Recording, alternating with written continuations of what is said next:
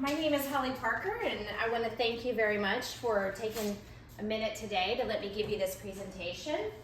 I am going to start out by introducing you to a project that I've been doing this semester as a BYU student and with Family Search.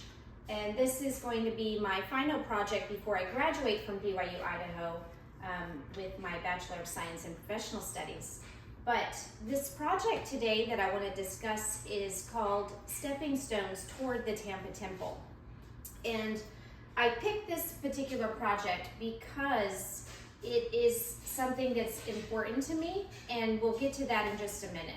But what I want you to think about is when you've done family history, or if you've ever decided to begin a project, it's really important to think about, why do I want to focus my time on that? And why would I want to invest my energy into something? You know, what am I hoping to find? So as I considered this question for this project, I prayed about what I should focus on. And my great-grandmother Hilda came to mind. And I didn't know much about my great-grandmother because I didn't meet her in person. She actually lived 45 minutes from me in Florida. And I didn't even know that, but it was because I started researching her that I was able to learn that about her. So 2 touch points were going to be the focus of the project that I did with Family Search for my internship. The first touch point is the 1900 US Census, which is where my great-grandmother lived when she was 16 years old in a boarding school. The second touch point for this project was on the death index, the Florida Death Index, between the years of 1877 and 1998, focusing specifically on the years 1981 through 1985, because my great-grandmother actually died in Tampa in 1981. So this is the boarding school. This was the first data set that volunteers focused on, attaching the names of the people that were in that school with her during this really special time in her life. As I thought about the people that were living in this school that I had never met, I was thinking about those Catholic sisters. And my mother was raised a Catholic and taught me that when nuns take an oath, that they actually will change their name to something that's more religious. Sometimes even they will stop using their maiden names, their last name. And so I thought about them never marrying, never having children, and nobody going to look for them specifically to add them to the community family tree. So thinking with that in mind, that's why I focused on this data set specifically for them and for those young girls that were friends with my great-grandmother. So with the help of family volunteers, 80 people were added into the community family tree. Using that information that was in that data set, we pulled that information and put it into the community family tree. Using tutorial videos, teaching my volunteers how to specifically attach people that they are not related to. This information was recorded in a Google Sheet. As you can see here, the picture of this great school. This building is no longer around. This has actually since then been torn down, unfortunately. And to give you a geographical perspective, this is about 143 miles from Nauvoo, Illinois. So let me just go back here for 1 second. So the next data set was the Florida Death Index. And the reason that I wanted to specifically focus on this last touch point in her life is because I live 45 minutes from Tampa today.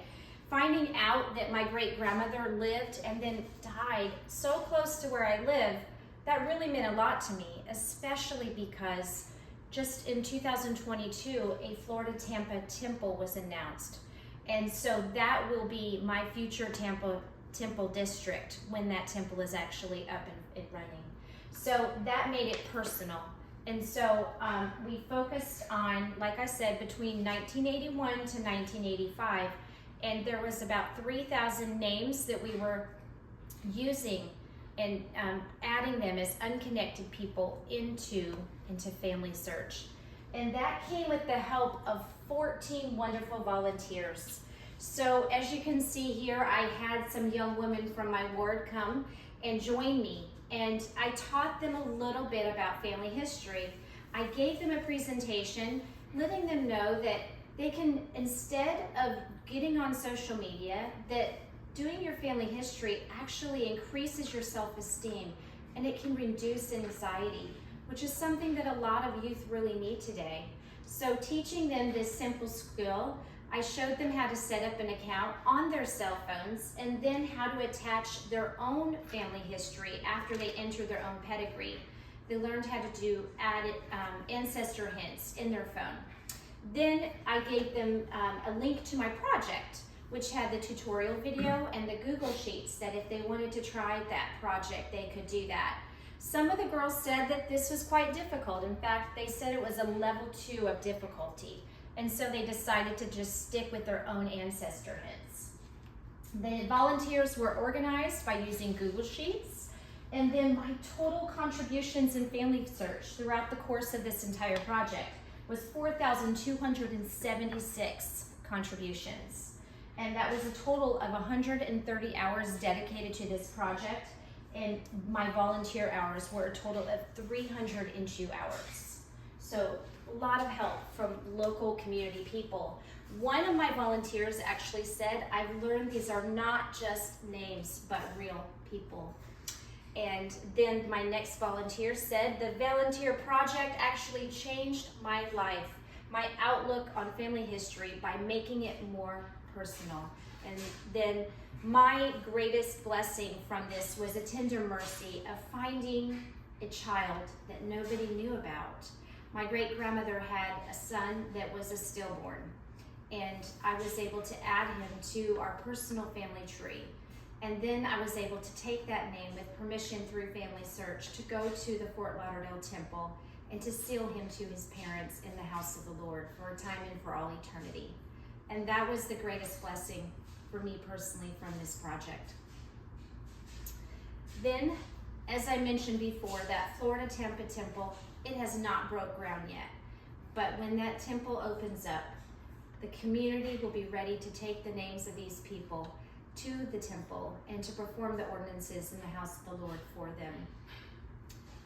I just want to take a minute to thank Heather Jacobs, my mentor, for this internship, for all of her help and support, and for all of the faculty and those that have guided me throughout the course of this internship. I'm so grateful for my volunteers and for my family for helping me and supporting me in this wonderful project. Thank you for listening to me today, and thank you for helping to build the community family tree.